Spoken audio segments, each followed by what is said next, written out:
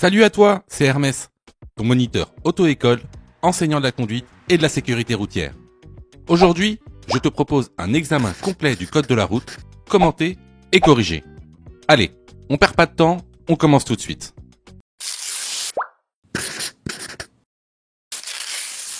Question numéro 1. Je peux dépasser ce cycliste immédiatement. Oui, réponse A. Non, réponse B.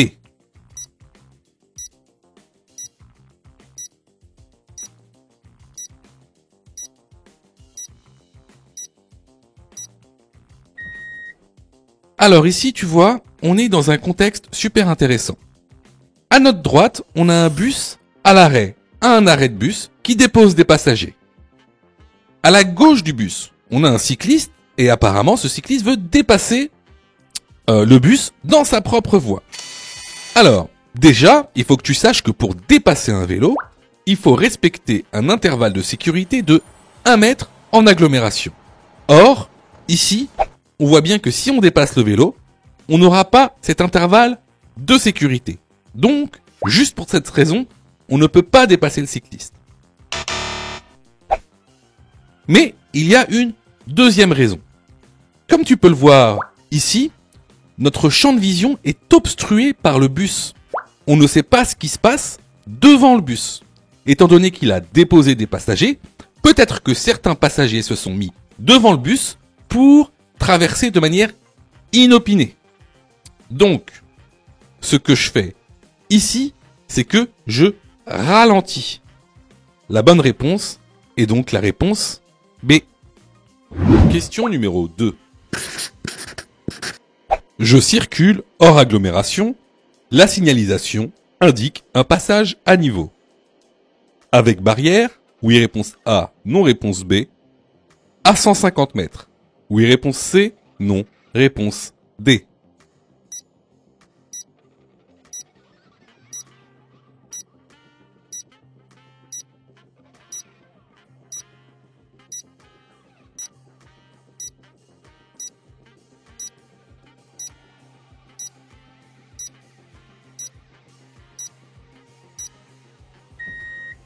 Alors, ici, on a une triple signalisation. Alors, tout d'abord, le panneau triangulaire. Donc, ce panneau indique la présence d'un passage à niveau avec barrière.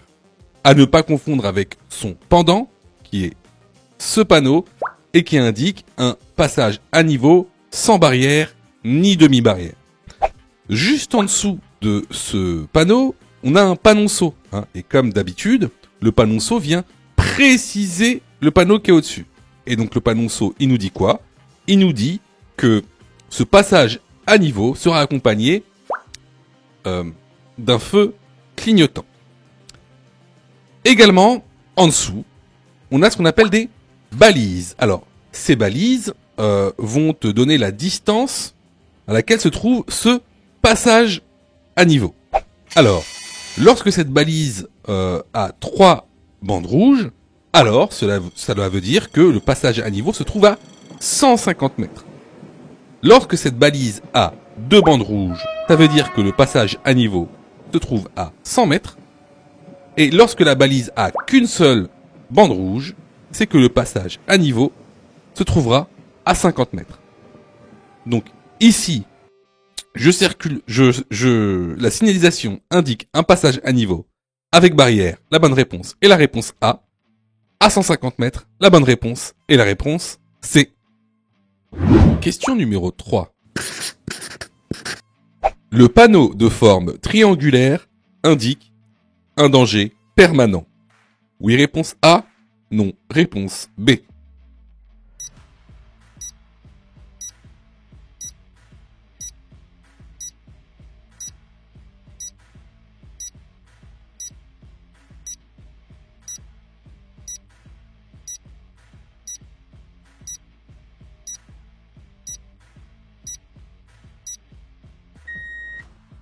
Alors, comme tu le vois ici, le panneau de danger qui annonce un Dodane ou Cassis est sur fond jaune.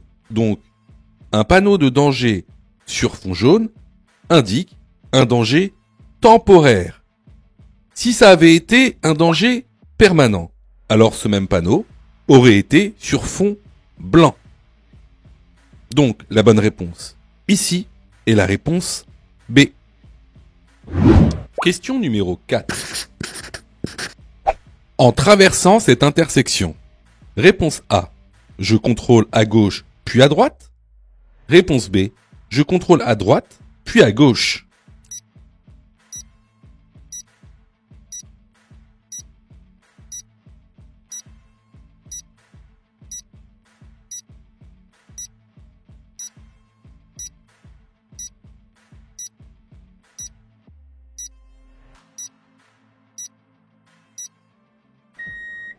Alors, ici on va franchir donc une intersection qui est régie par un feu.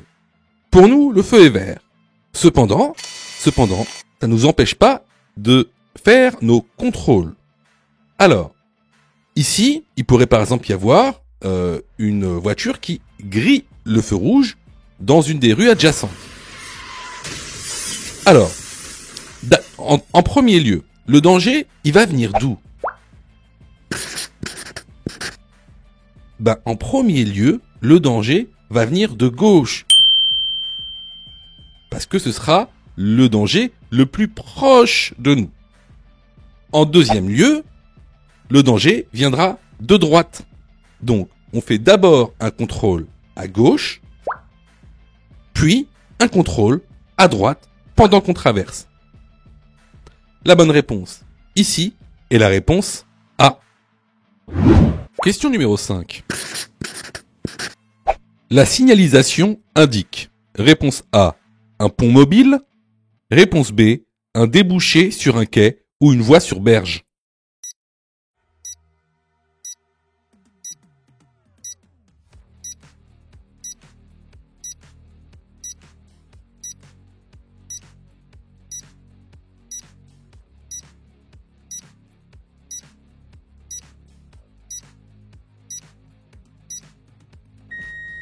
Alors, ce panneau de danger annonce un débouché sur un quai ou une voie sur berge. À ne pas confondre avec le panneau qui annonce la présence d'un pont mobile. La bonne réponse ici est la réponse B. Question numéro 6.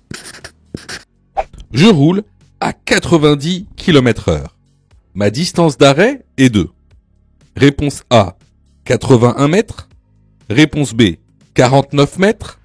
Réponse C, 30 mètres. Réponse D, 45 mètres.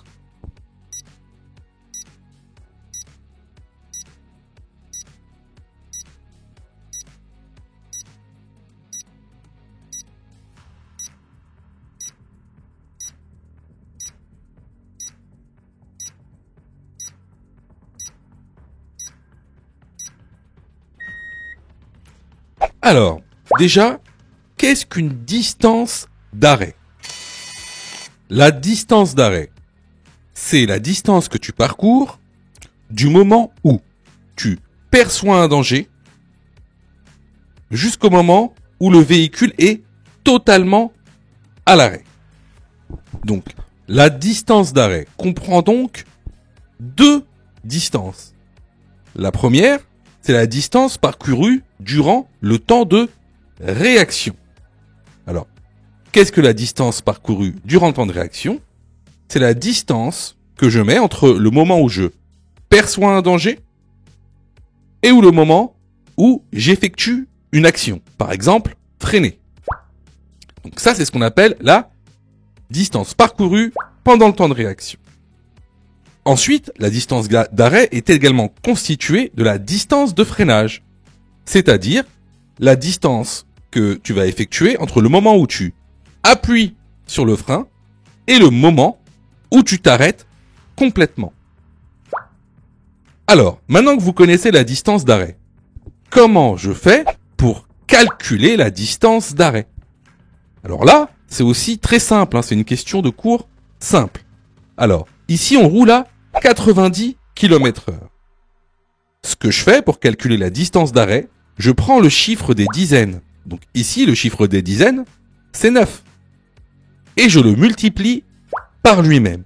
ce qui me donne 81. Donc ici, à 90 km/h, ma distance d'arrêt est de 81 mètres. La bonne réponse est donc la réponse A.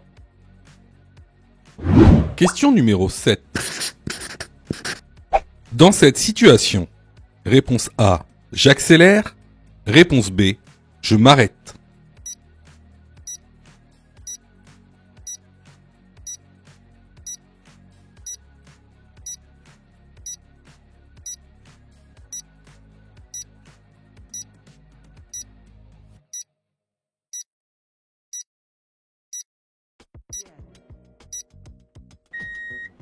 Alors ici, on est devant un passage piéton qui n'est pas régi par une signalisation lumineuse. Et on a un piéton qui va traverser ce passage piéton. Donc dans ce cas-là, on s'arrête.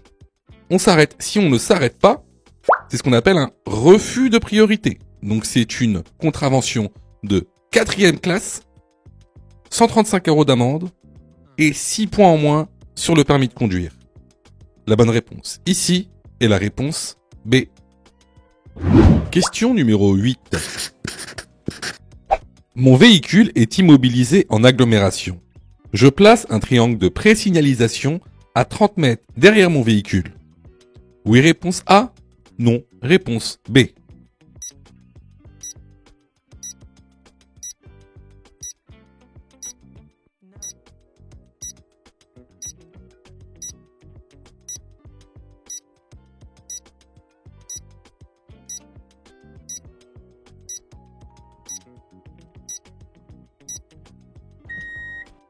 Alors, si votre véhicule est immobilisé suite à une panne ou un accident, effectivement, vous allez devoir poser un triangle de pré-signalisation à 30 mètres derrière votre véhicule. La bonne réponse ici est la réponse A. Question numéro 9. Le véhicule doit marquer l'arrêt au stop. Oui, réponse A. Non, réponse B.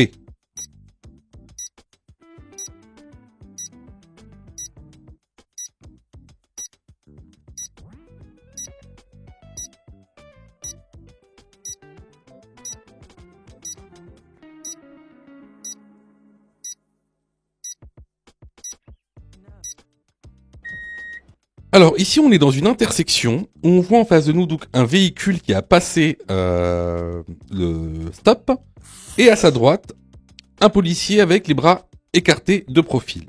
Alors ce qu'il faut savoir c'est que là le policier il est en train de réguler la circulation dans cette intersection. Lorsque c'est un agent de police qui régule la circulation, alors il remplace la signalisation. C'est-à-dire qu'il remplace les feux et les marquages au sol. Donc, il faut savoir que les agents de police, lorsqu'ils régulent la circulation, ils utilisent des signes. Alors, ils utilisent plusieurs signes, mais ils en utilisent deux plus particulièrement.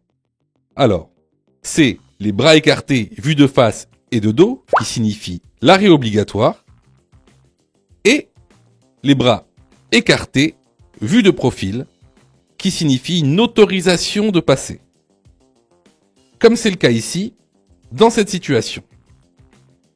Donc, ici, le véhicule ne doit pas marquer l'arrêt au stop car le policier lui fait signe de passer.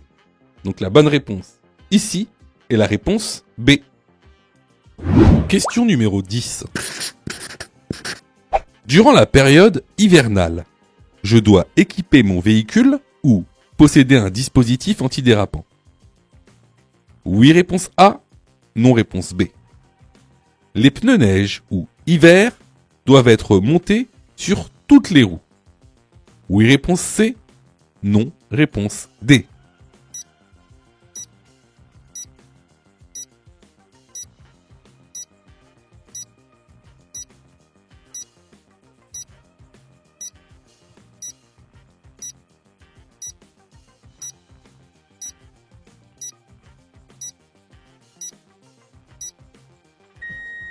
Alors, le panneau que tu vois à droite, c'est un panneau d'entrée de zone d'obligation d'équipement en période hivernale. Alors, là, normalement, 2 questions viennent à toi. C'est qu'est-ce que ces équipements et qu'est-ce que la période hivernale?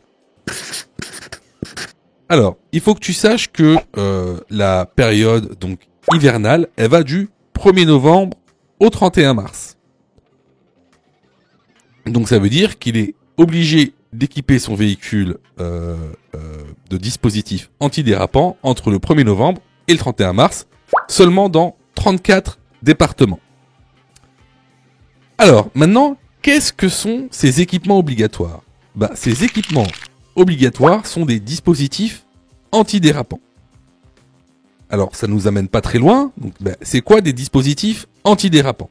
Alors, il existe 2 types de dispositifs antidérapants. Vous avez les dispositifs antidérapants amovibles et vous avez les dispositifs antidérapants qu'on appelle les pneus hiver. Alors, concernant les dispositifs antidérapants amovibles, alors, vous avez tout d'abord les chaînes métalliques. Ensuite, vous avez également ce qu'on appelle les chaussettes. C'est comme des chaînes, mais en textile, en matière textile. Concernant maintenant les pneus hiver. Alors, qu'est-ce qu'on appelle par pneus hiver? Les pneus hiver, ça va être les pneus qui ont le petit symbole 3PMSF. Ça veut dire Three Peak Mountain Snowflake. Donc, pour être considérés comme pneus hiver, ces pneus doivent avoir cette appellation, donc être estampillés par ce petit logo 3PMSF. Bon à savoir, vous devez équiper vos pneus hiver sur toutes les roues de votre véhicule, qu'elles soient motrices ou non. Donc, pour répondre à la question, durant la période hivernale, je dois équiper mon véhicule ou posséder un dispositif antidérapant. La bonne réponse est la réponse A. Les pneus neige doivent être montés sur toutes les roues. La bonne réponse est la réponse C. Question numéro 11. Je peux m'arrêter devant l'arrêt de bus. Oui, réponse A. Non, réponse B.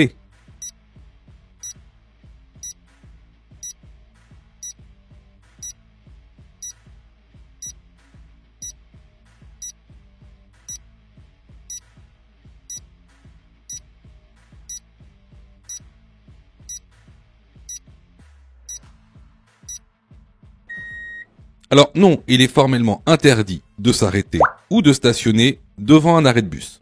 Ça constitue une contravention de 4e classe, c'est-à-dire 135 € d'amende sans retrait de points. La bonne réponse ici est la réponse B. Question numéro 12. Les transports en commun permettent de réduire les émissions de CO2. Oui, réponse A. Non, réponse B.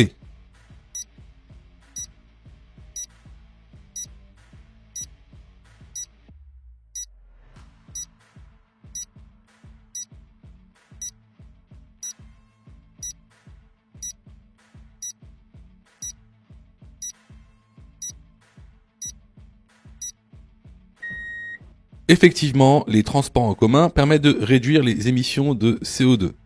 La bonne réponse ici est la réponse A. Question numéro 13.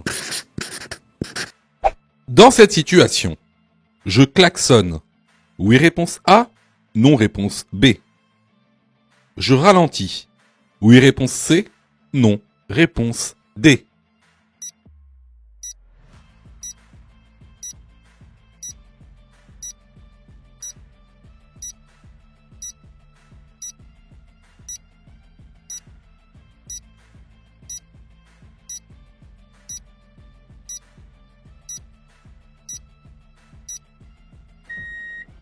Alors, ici, on est hors agglomération sur des routes de montagne. Devant nous, on a un virage très sinueux avec 0 visibilité.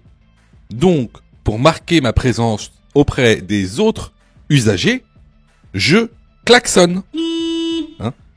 Il est interdit de klaxonner seulement en agglomération. Hors agglomération, dans ces cas-là, il faut klaxonner. Ensuite, bien sûr, pour entreprendre ce virage, je vais ralentir. Donc, les bonnes réponses à cette question sont les réponses A et C. Si tu aimes le contenu, alors prends quelques secondes pour liker la vidéo. C'est très important. Cela nous permet d'être mieux référencés et donc de te présenter encore plus de vidéos pour que tu puisses obtenir ton code le plus rapidement possible. Question numéro 14. Il pleut et je roule à 50 km/h. Le temps de réaction est donc réponse A, plus court, réponse B, plus long. La distance d'arrêt est de réponse C, 37,5 mètres, réponse D, 25 mètres.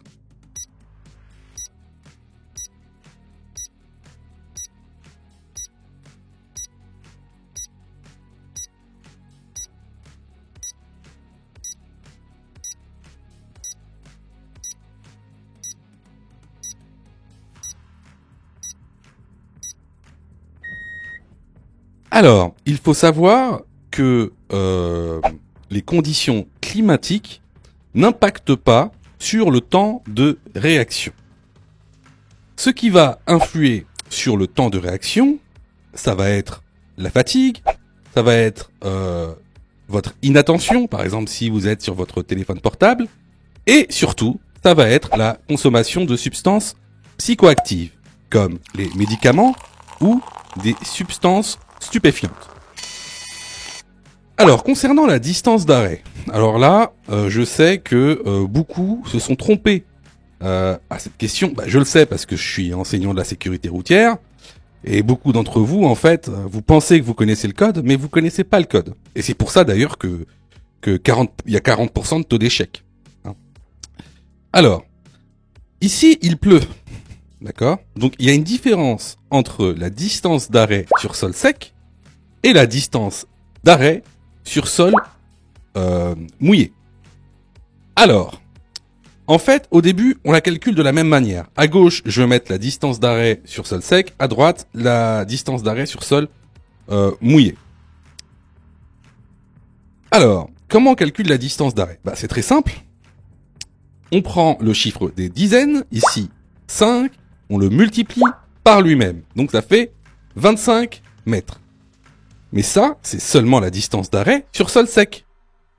Sur sol mouillé, il y a d'autres étapes. Alors, qu'est-ce qu'on fait pour calculer la distance d'arrêt sur sol mouillé? Ben, on prend la moitié de la distance d'arrêt sur sol sec. Ici, la moitié de 25, ça va être 12,5.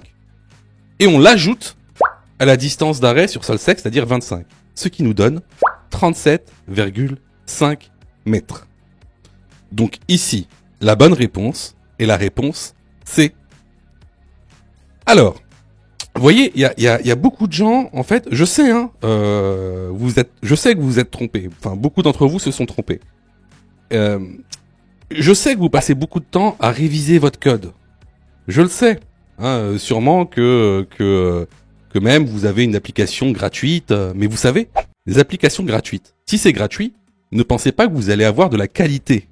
D'accord? Ne pensez pas ça. Hein, c'est pas pour rien qu'il y a 40% de taux d'échec. Quasiment la moitié des gens qui regardent cette vidéo vont rater leur code. Pas parce qu'ils n'ont pas travaillé, pas parce qu'ils sont nuls, parce que vous avez été mal formés.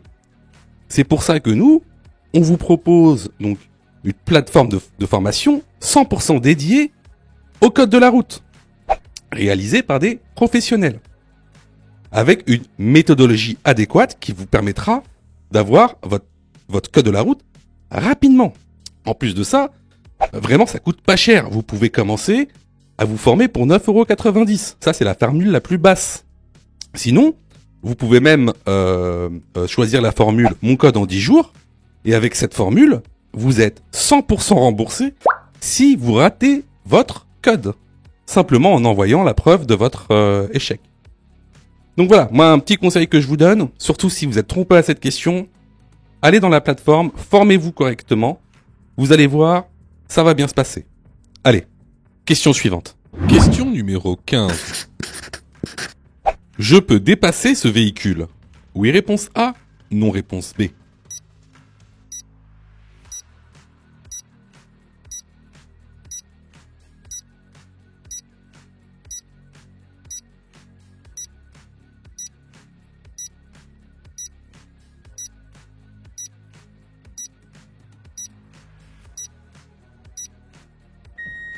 Alors ici, le marquage au sol ne nous empêche pas, disons, de dépasser.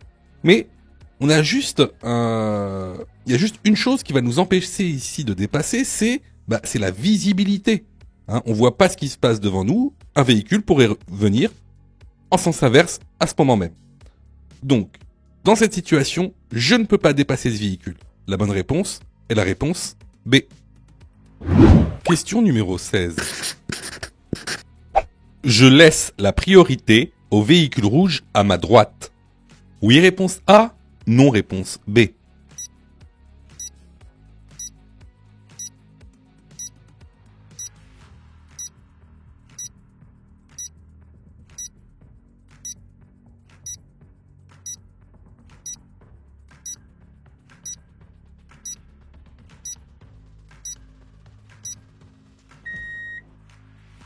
Alors, ici, le véhicule rouge est à notre droite.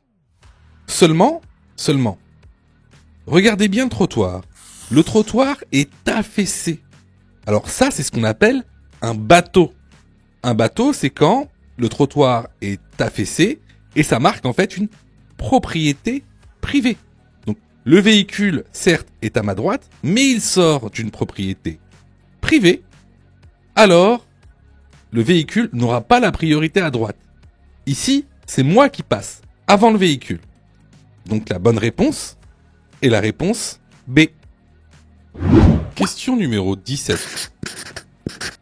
Le véhicule devant moi roule lentement. Je le dépasse immédiatement. Oui, réponse A. Non, réponse B.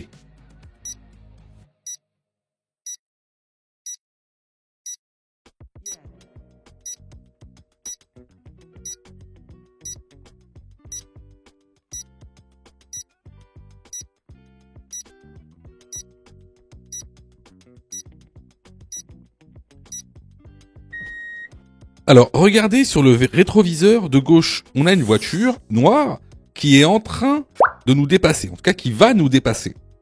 Donc, ici, ce que je fais, c'est que j'attends que ce véhicule me dépasse pour ensuite dépasser le véhicule rouge qui est devant moi.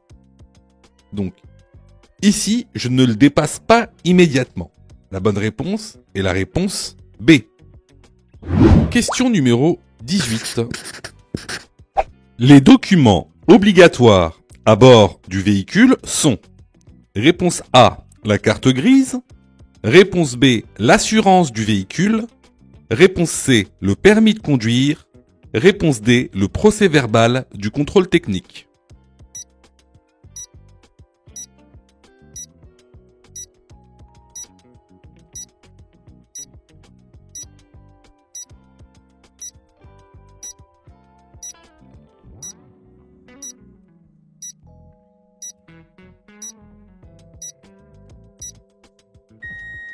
Alors, tu dois savoir qu'il y a seulement 3 documents obligatoires à avoir dans ton véhicule.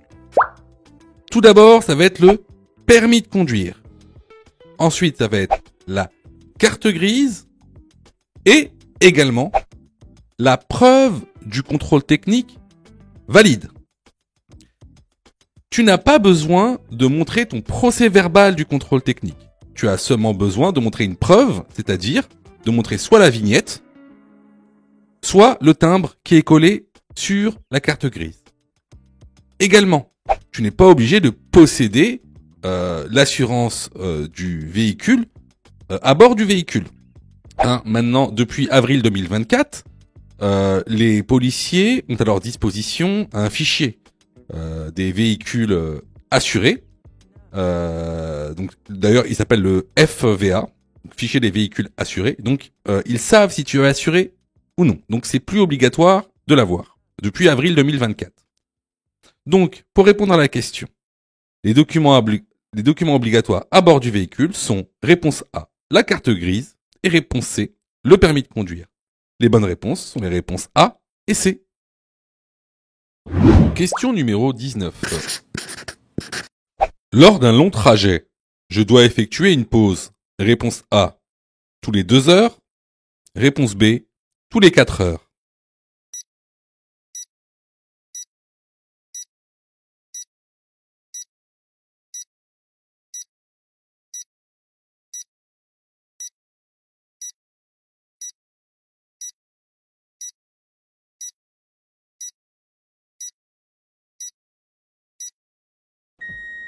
Alors, lors d'un long trajet, donc tu dois réaliser une pause d'environ un quart d'heure à 30 minutes tous les 2 heures.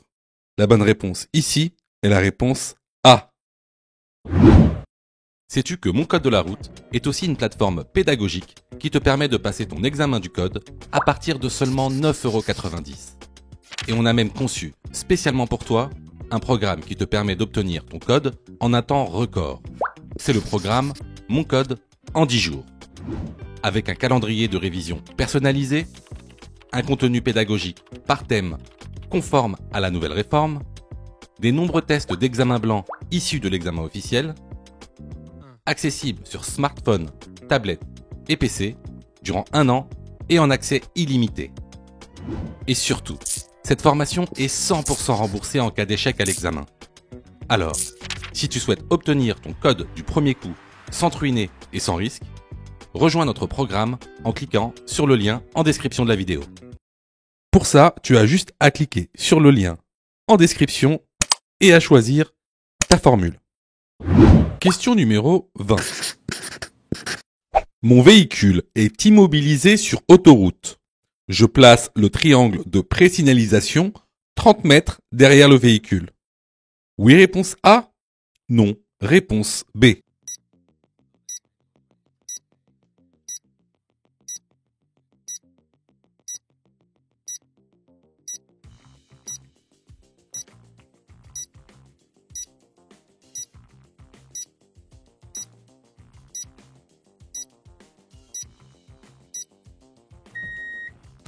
Alors, j'aime beaucoup cette question parce qu'en fait, ça montre si tu connais réellement ton code de la route ou pas.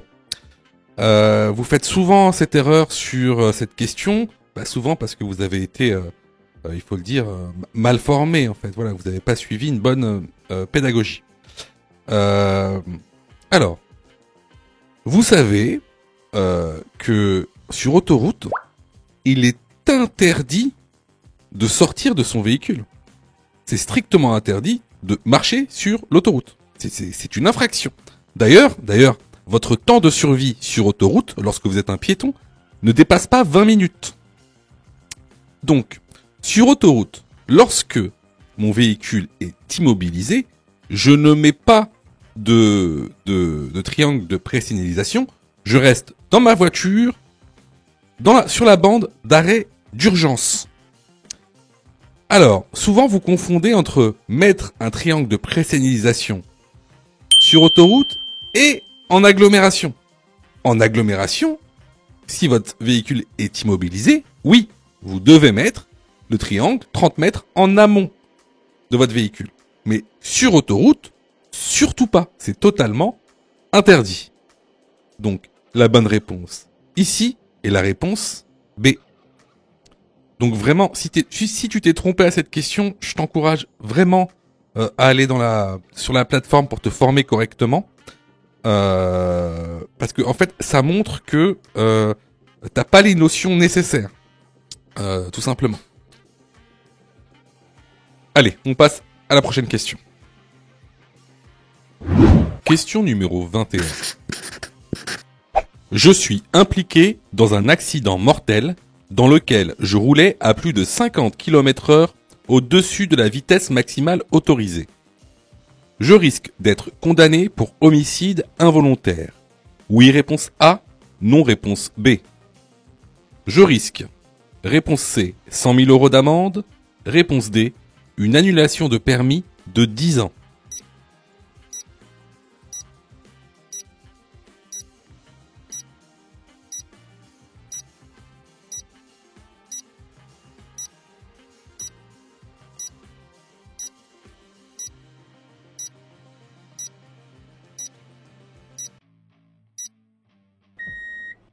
Alors, très bon à savoir, effectivement, lorsque vous êtes impliqué dans un accident mortel et que vous avez commis un excès de vitesse de plus de 50 km/h, vous risquez 7 ans d'emprisonnement, 100 000 euros d'amende, 10 ans d'annulation ou de suspension de permis, et vous pouvez être condamné pour homicide involontaire. Donc les bonnes réponses ici sont les réponses A, C et D. Les vidéos sont totalement gratuites, donc abonne-toi pour aider la chaîne et surtout active les notifications pour être prévenu des dernières vidéos et avoir ton code beaucoup plus rapidement. Question numéro 22. Conduire avec un taux d'alcool de 0,4 mg par litre d'air expiré constitue réponse A, une contravention, réponse B, un délit. J'encours un retrait de réponse C, 6 points, réponse D, 4 points.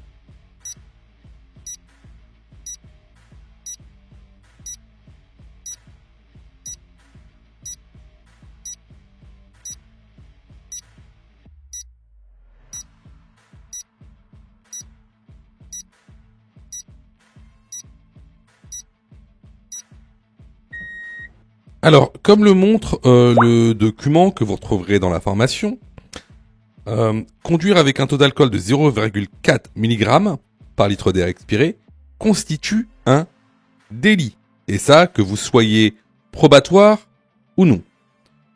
Vous encourez également un retrait de 6 points. Et également une grosse amende. Et pas que d'ailleurs. Donc ici, les bonnes réponses sont les réponses B et C. Question numéro 23.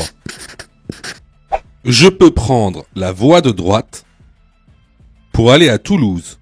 Oui, réponse A. Non, réponse B. Pour aller à Castres. Oui, réponse C. Non, réponse D.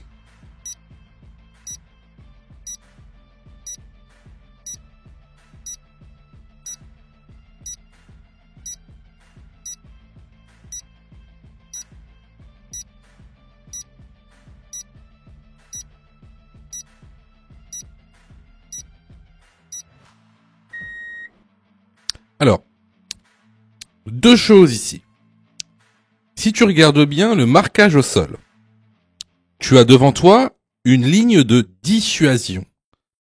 Donc, une ligne de dissuasion te dissuade de la franchir. Sauf à deux conditions. Pour dépasser un véhicule lent et pour te rabattre après avoir dépassé un véhicule lent. Ce sont les deux seules conditions pour franchir cette ligne. Alors, regarde ici. En plus de ça, en haut à droite, sur le rétroviseur, tu vois que on a un camion qui est sur la voie de droite. Donc, ici, pour aller à Toulouse, est-ce que je peux prendre la voie de droite? Non, je ne peux pas prendre la voie de droite car ligne de dissuasion plus une voiture, un camion sur cette voie. Est-ce que je peux aller à Castres? Sûrement pas. C'est une ligne de dissuasion, donc on ne la franchit pas pour aller à Castres.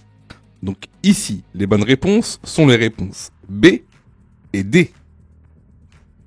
Question numéro 24. Le panneau de danger est réponse A, permanent, réponse B, temporaire. Le panneau d'interdiction est réponse C, permanent, réponse D, temporaire.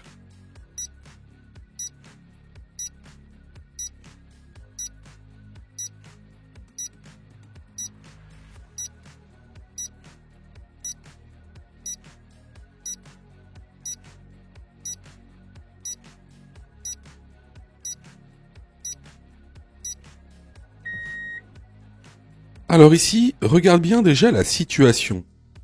Au loin, on a des travaux, on a des machines de travaux, des panneaux de déviation. on a des travaux.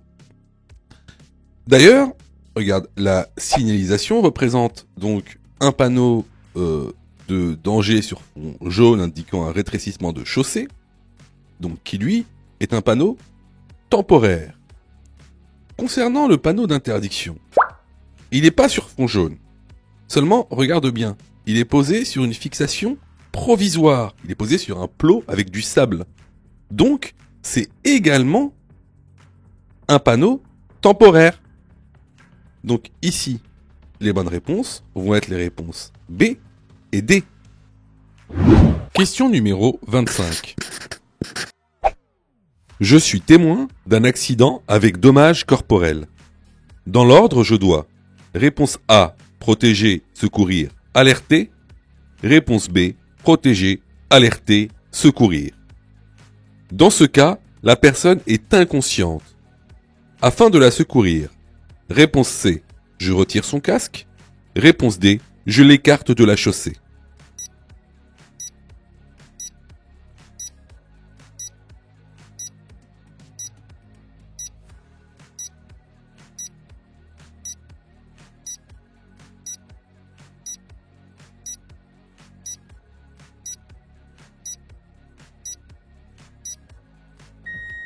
Alors, si vous êtes témoin ou partie prenante d'un accident avec dommages corporels, vous devez tout d'abord protéger, ensuite alerter et en dernier lieu secourir. C'est ce qu'on appelle le PAS. P-A-S. C'est un moyen mnémotechnique pour s'en souvenir. Alors, ici, on est dans le cas d'un motard inconscient. Alors, surtout, lorsque vous avez affaire à un motard, ne jamais retirer son casque. Vous pouvez, par exemple, afin qu'il respire mieux, vous pouvez relever la visière, mais ne jamais retirer le casque. Est-ce que je l'écarte de la chaussée ? Non, la personne est inconsciente, donc il ne faut jamais écarter une personne vers le bord de la route si elle est inconsciente. À part risque de suraccident, bien sûr. Mais dans les cas généraux, on ne fait pas ça. La victime est inconsciente, donc la bonne chose à faire ici, c'est de la mettre en PLS, donc en position latérale de sécurité. Donc ici, la bonne réponse va être la réponse B. Question numéro 26.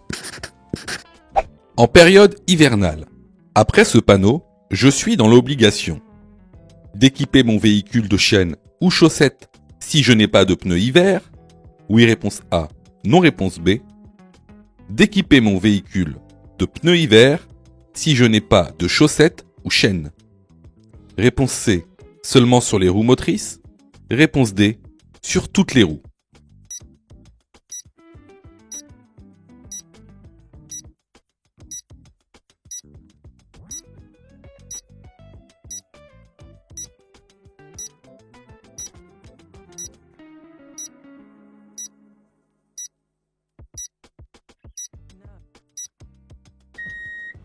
Alors là, c'est vraiment une question qui montre si vous connaissez réellement votre code ou non. C'est pas une question difficile, contrairement à ce que beaucoup pourraient croire. Mais voilà, c'est vraiment une question où là, bon, si vous avez faux, clairement, vous avez besoin d'être formé. Alors, que veut dire ce panneau ? Donc, vous savez que ce panneau, c'est une entrée de zone d'équipement obligatoire en période hivernale. Alors, qu'est-ce que dit ce panneau de manière exacte ? Ce panneau, en fait, après ce panneau, tu es obligé, d'accord, soit d'équiper ton véhicule de pneus hiver, les 4 roues, quoi qu'il arrive, qu'elles soient motrices ou non, les 4 roues, ou de détenir un dispositif amovible, c'est-à-dire des chaînes métalliques ou des chaussettes. Il faut bien que tu vois la différence. Si tu as des pneus hiver, alors après ce panneau, en période hivernale, tu es obligé de les mettre, peu importe l'état de la route. Par contre, si tu as un dispositif amovible, tu n'es pas dans l'obligation de les mettre. Tu es dans l'obligation de posséder ces dispositifs amovibles. D'ailleurs, regarde, sur le panneau, le dispositif amovible, il est dans une mallette. D'accord ? Ici, les chaînes, elles sont pas équipées. D'accord ? Alors, il y a un autre panneau qui, lui, t'oblige à mettre des chaînes ou des pneus hiver. Donc, c'est ce panneau-là. Et ça, c'est un panneau d'obligation. C'est différent. Donc, tu vois ici la nuance. Ben voilà, c'est ça en fait, connaître réellement son code de la route. C'est la différence entre les gens qui vont l'avoir du premier coup et les gens qui vont le passer plusieurs fois. Voilà. Donc ici, en période hivernale, après ce panneau, est-ce que je suis dans l'obligation d'équiper mon véhicule de chaînes ou de chaussettes si j'ai pas de pneus hiver? Bah non, je suis pas obligé d'équiper. Je suis obligé de posséder. D'équiper mon véhicule de pneus hiver si je n'ai pas de chaussettes ou chaînes sur toutes les roues, pas seulement sur les roues motrices, sur toutes les roues. Donc les bonnes réponses ici sont les réponses B et D. Alors clairement ici c'était une question basique, une notion de cours basique. Donc si tu as eu faux à cette question, je t'encourage vivement à aller te former sur notre plateforme de formation ou ailleurs. Alors surtout ne te dis pas c'est pas grave, les examens blancs vont justement m'aider à apprendre le code. Faux. Les examens blancs ne servent pas à apprendre le code. Les examens blancs servent à tester si tu as, oui ou non, assimilé le contenu pédagogique. Alors, quelle est la meilleure méthodologie pour passer le code? C'est-à-dire, quelle est la meilleure méthodologie pédagogique? Alors, tout d'abord, il va falloir apprendre les cours par thème. Vous savez, il y a aujourd'hui 10 thèmes avec la nouvelle réforme. Une fois que tu auras appris ces 10 thèmes et tous les contenus de ces 10 thèmes, alors tu pourras passer à des exercices d'entraînement par niveau de difficulté. Tout d'abord les exercices faciles, les exercices moyens et les exercices difficiles. Une fois ce travail effectué, là, tu pourras t'exercer à faire des examens blancs. Surtout, ne pense pas que les examens blancs vont t'aider à apprendre. Ce n'est pas vrai. Et d'ailleurs, c'est pour ça que beaucoup de gens ratent leur code de la route. N'oubliez pas que le taux de réussite au code de la route est d'environ 60%. C'est-à-dire qu'il y a quasiment 40% des personnes qui échouent au code de la route, justement parce qu'ils n'ont pas la bonne méthodologie pédagogique. Donc ici, si tu t'es trompé à cette question, je t'encourage vivement à venir sur notre plateforme pédagogique et à participer à la formation. Pour ça, tu as juste à cliquer sur le lien en description et à choisir ta formule. Question numéro 27. En période probatoire, je ne cède pas la priorité à ce véhicule. J'encours. Réponse A, une contravention de 4e classe. Réponse B, un retrait de 3 points. Je vais devoir participer à un stage obligatoire. Oui, réponse C. Non, réponse D.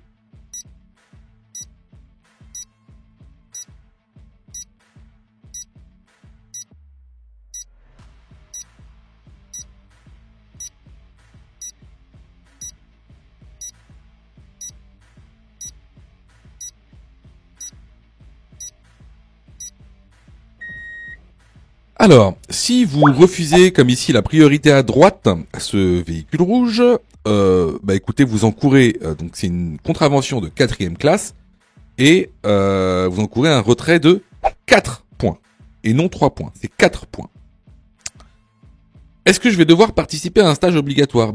Étant donné que tu es en période probatoire, si tu fais une infraction où tu perds 3 points ou plus d'un coup, alors tu es obligé de participer à un stage obligatoire. Donc ici, les bonnes réponses sont les réponses A et C. Question numéro 28. Placé à cet endroit, je peux m'arrêter. Oui, réponse A. Non, réponse B. Je peux stationner. Oui, réponse C. Non, réponse D.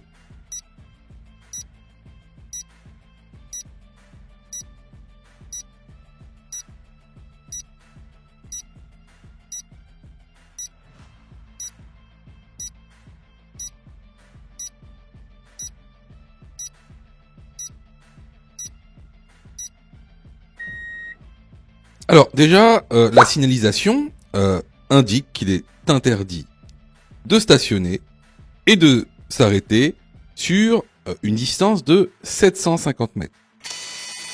Par contre, cette interdiction commence à partir de l'implantation du panneau et se finira dans 750 mètres. Donc, normalement, je pourrais m'arrêter et stationner avant le panneau.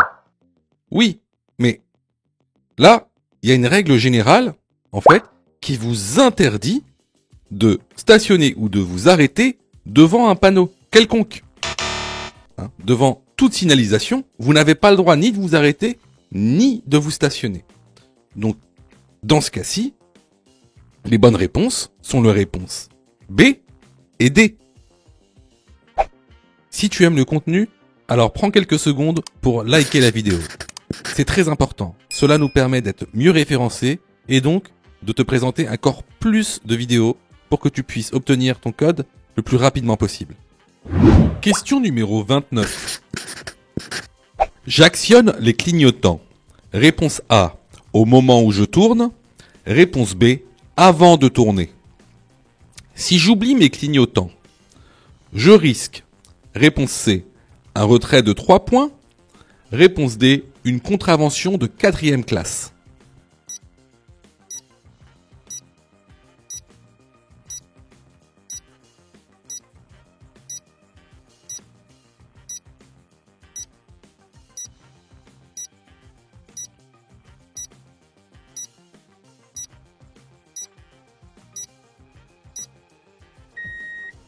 Alors, dans le cas d'un changement de direction, j'actionne mes clignotants, bien sûr, avant de tourner, afin de prévenir les usagers qu'il y a derrière moi.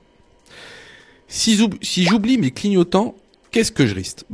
Oublier ces clignotants lors d'un changement de direction, c'est une contravention de 2e classe, avec un retrait de 3 points sur le permis de conduire.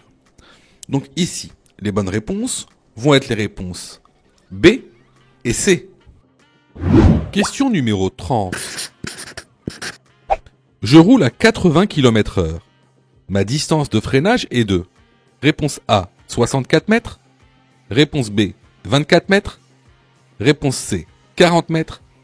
Réponse D, 48 mètres.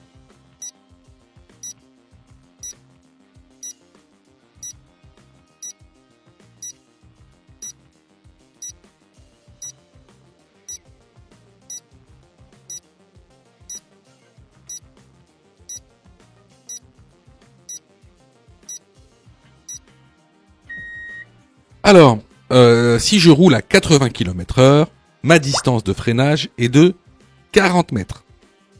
Sachez qu'il y a un calcul, je ne dis pas ça comme ça, il y a un calcul du code de la route officiel pour calculer cette distance de freinage.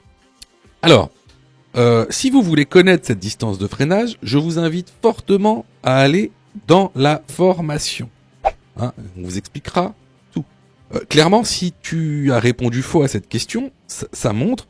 Alors, ça montre pas que t'as pas révisé. Je suis sûr que t'as passé beaucoup de temps à réviser, à faire des séries, mais ça montre que t'as pas les notions essentielles. Voilà. Que t'as été mal formé. Alors, je sais pas où tu as été formé, mais en tout cas, t'as été mal formé parce que c'est une question de base. C'est vraiment une notion de base. Et puis, c'est bête de pas vouloir te former parce que, par exemple, nous, on a mis en place une plateforme où tu peux te former à partir de 9,90 €. 9,90 € pour être formé correctement. En plus, si tu choisis de prendre la formule Mon code en 10 jours pour avoir ton code plus rapidement, t'es remboursé à 100% si tu échoues à ton examen. Juste en montrant ta preuve d'échec. Voilà. Donc, écoutez, moi je vous conseille vivement de vous former, sachant que vous savez, ça coûte pas cher. Et en plus, si vous n'êtes pas prêt à mettre 9 euros ou 40 euros pour vous former correctement au code de la route, sachez que juste après, c'est le permis de conduire, c'est la conduite. C'est-à-dire que le permis de conduire coûte en moyenne 2000 euros à peu près. C'est 37 heures en moyenne d'heures de conduite pour obtenir son permis en France.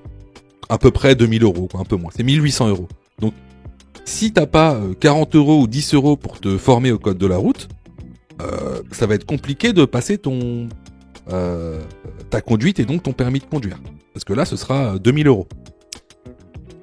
Donc voilà, écoutez, on passe à la prochaine question. Question numéro 31. Moins de 5 heures de sommeil multiplie le risque d'accident par réponse A, 3, réponse B, 5. 3 heures de conduite prolongée de nuit équivaut à une alcoolémie. Réponse C, de 0,4 mg par litre d'air expiré. Réponse D, 0,8 g par litre de sang.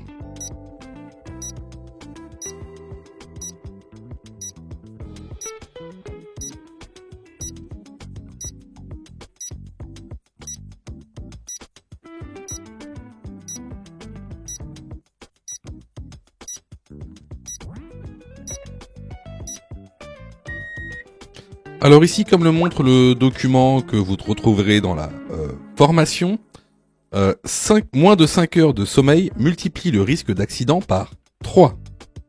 Et 3 heures de conduite prolongée de nuit équivaut à une alcoolémie de 0,4 mg par litre d'air expiré, c'est-à-dire 0,8 g par litre de sang.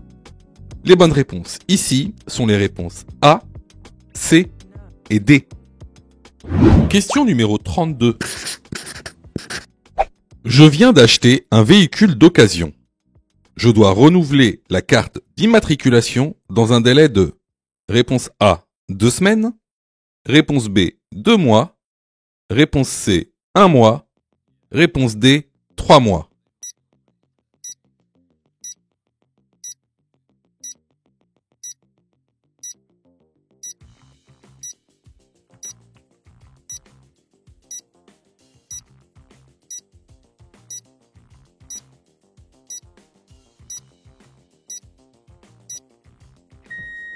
Alors, lorsque vous venez de faire l'acquisition d'un véhicule d'occasion, vous devez renouveler le certificat d'immatriculation sous un délai d'1 mois à partir de la date d'achat.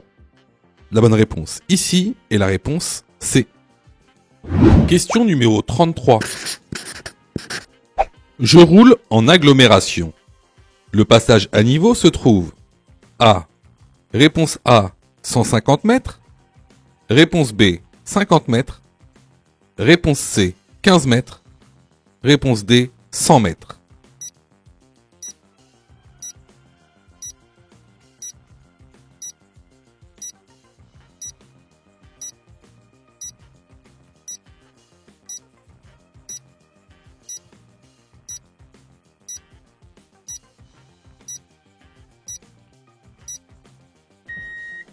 Alors, encore une fois, par expérience, je suis quand même enseignant de la sécurité routière.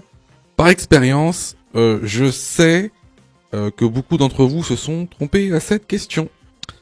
Alors, vous voyez ici, on est en agglomération.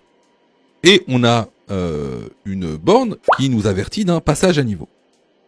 Alors, lorsqu'on est en agglomération, cette borne avec 3 bandes rouges nous informe que le passage à niveau est à 50 mètres. À ne pas confondre avec cette borne lorsqu'elle est placée hors agglomération qui indique un passage à niveau à 150 mètres. Donc ici, la bonne réponse est la réponse B. Question numéro 34. À 70 km/h, je parcours en 1 seconde. Réponse A, 21 mètres. Réponse B, 42 mètres. Ma distance de sécurité est bonne. Oui, réponse C. Non, réponse D.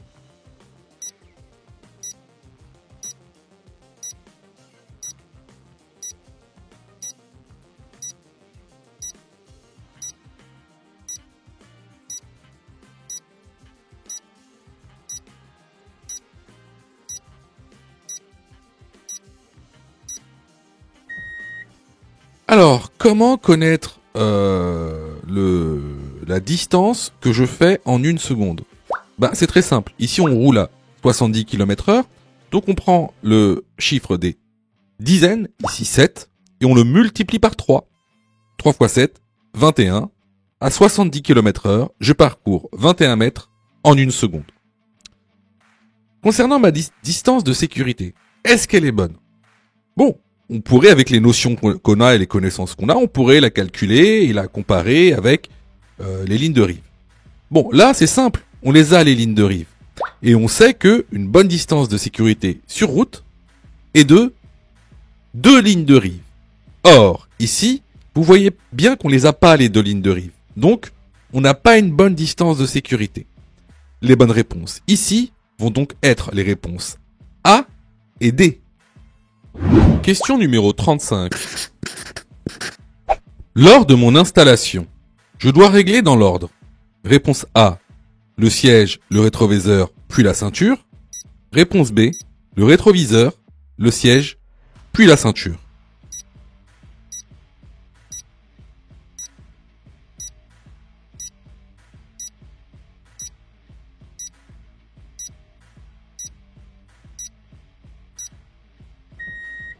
Alors, lors de ton installation, tu devras tout d'abord régler ton siège, ensuite tes rétroviseurs, intérieur-extérieur, et enfin, ta ceinture. La bonne réponse ici est la réponse A. Alors là, c'était vraiment une question de cours qu'on voit régulièrement dans la formation. Donc, si vous avez eu faux à cette question, vraiment, je vous incite vraiment à vous former, que ce soit chez nous ou ailleurs. Alors, je reçois plusieurs messages de votre part. D'ailleurs, je vous en remercie. Alors, vous me posez souvent 2 questions. Alors, la première, c'est quand est-ce que je suis prêt pour passer mon code? Et la deuxième, c'est est-ce que je dois suivre la formation?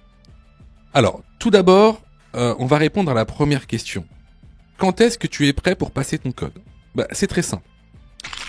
Si tu fais moins de 5 fautes sur les 5 dernières séries d'examens blancs que tu as fait, alors tu es prêt à passer le code de la route. Donc attention, ça veut dire que il faut que sur les 5 dernières séries que tu as faites, de manière consécutive, il n'y a pas une seule série où tu as fait plus de 5 fautes. Donc si tu as fait plus de 5 fautes à une seule série, il faut que tu continues à faire des examens blancs. La deuxième question. Est-ce que il serait mieux pour moi de prendre une formation? Alors, là, c'est pareil. Si tu fais 8 fautes ou plus sur les 5 dernières séries d'examens blancs que tu as faites, alors, il est vivement conseillé de te former. Ça veut tout simplement dire que il te manque certaines notions essentielles. Ça veut pas dire que tu connais pas ton cours, ça veut dire qu'il te manque des notions essentielles pour pouvoir progresser. Et clairement, c'est pas en faisant des examens blancs que tu vas progresser, tu vas même plutôt stagner. Voilà. Donc si tu as fait 8 fautes ou plus sur l'une des 5 dernières séries que tu as faites, je te conseille vivement de te former. Surtout que on a mis en place donc une plateforme pédagogique qui répond vraiment à tous vos besoins. On a fait en sorte que tout le monde puisse se former au code de la route. Vous avez la formule standard, par exemple, qui est à 19,90 € par an. Donc vous payez une fois 19,90 € et vous avez le droit à toute la plateforme pendant 1 an en illimité, avec tous les cours, tous les 10 thèmes, plus de 1200 questions issues de l'examen officiel, commentées et corrigées. Vous avez, pour ceux par exemple qui veulent passer leur code rapidement, la formule à mon code en 10 jours, pour passer son code en 10 jours, qui est à 39,90 € par an, en illimité. Et en plus, si vous ratez votre code, eh ben vous êtes 100% remboursé, seulement en envoyant votre preuve d'échec. Sinon, pour ceux qui le souhaitent, vous avez la plus petite formule, la formule basique, qui est à 9,90 € par semaine. Celle-ci, c'est une formule qui est hebdomadaire, qui en général est réservée à ceux qui ont déjà passé leur code et qui ont échoué. C'est une sorte de remise à niveau. Donc, vraiment, il y en a pour tous les besoins et il y en a aussi pour tous les prix. Et c'est vraiment pas cher. Ce serait bête de rater son code alors que vous auriez pu vous former pour 9,90 €. Allez, on reprend la série. Question numéro 36. J'ai commis une infraction dans laquelle j'ai perdu un point. Si je ne commets pas d'autres infractions, je récupère ce point. Réponse A, dans 6 mois. Réponse B, dans 1 an. Après une infraction de classe 4, je récupère mes points si je ne commets pas d'autres infractions. Réponse C, dans 1 an. Réponse C, dans 3 ans.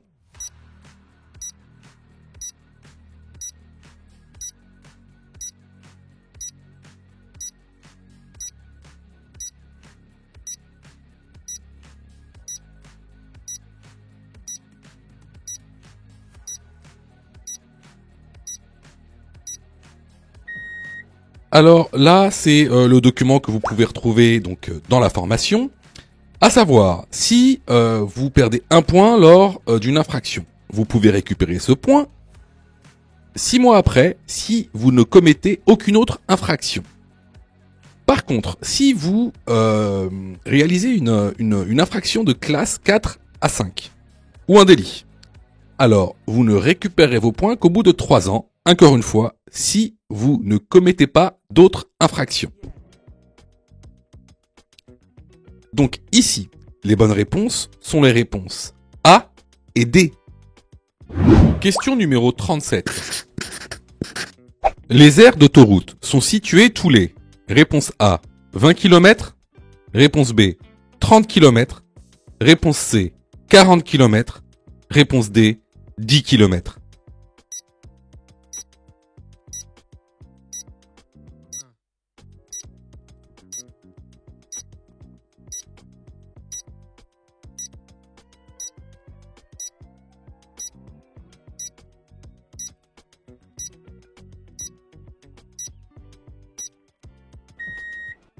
Alors, il faut savoir que les aires d'autoroute sont situées tous les 20 km. La bonne réponse ici est la réponse A. Question numéro 38. L'utilisation du téléphone au volant est responsable de réponse A, 10% des accidents, réponse B, 30% des accidents. Est puni par un retrait de réponse C, 3 points, réponse D, 4 points.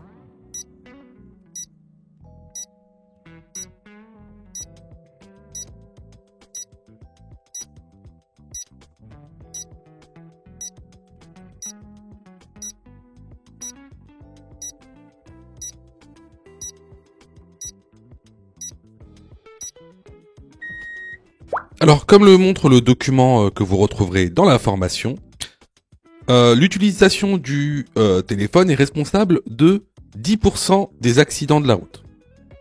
Également, l'usage du téléphone au volant, c'est une infraction de classe 4. Et vous encourez donc un retrait de 3 points et 135 € d'amende. Donc ici, les bonnes réponses vont être les réponses A et C. Question numéro 39. Pour un permis probatoire, un taux d'alcool de 0,5 g par litre de sang constitue un délit. Oui, réponse A. Non, réponse B. Pour un permis hors probatoire, un taux d'alcool de 0,2 g par litre de sang constitue une contravention. Oui, réponse C. Non, réponse D.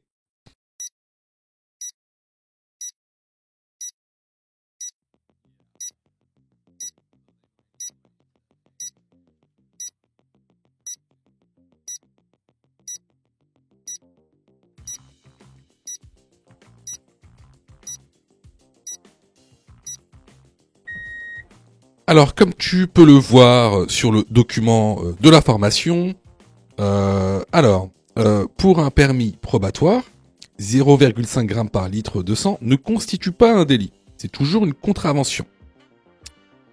Pour un permis hors probatoire, un taux d'alcool de 0,2 g par litre de sang ne constitue rien du tout.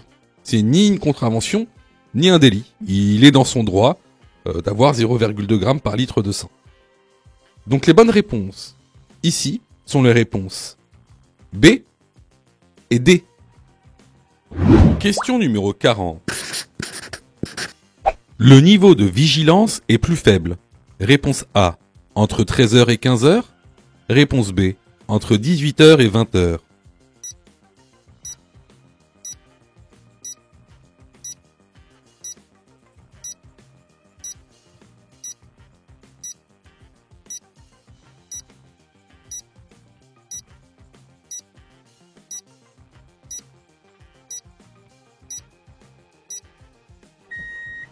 Alors, chose importante à savoir, le niveau de vigilance est le plus faible entre 13h et 15h et entre 2h du matin et 5h du matin.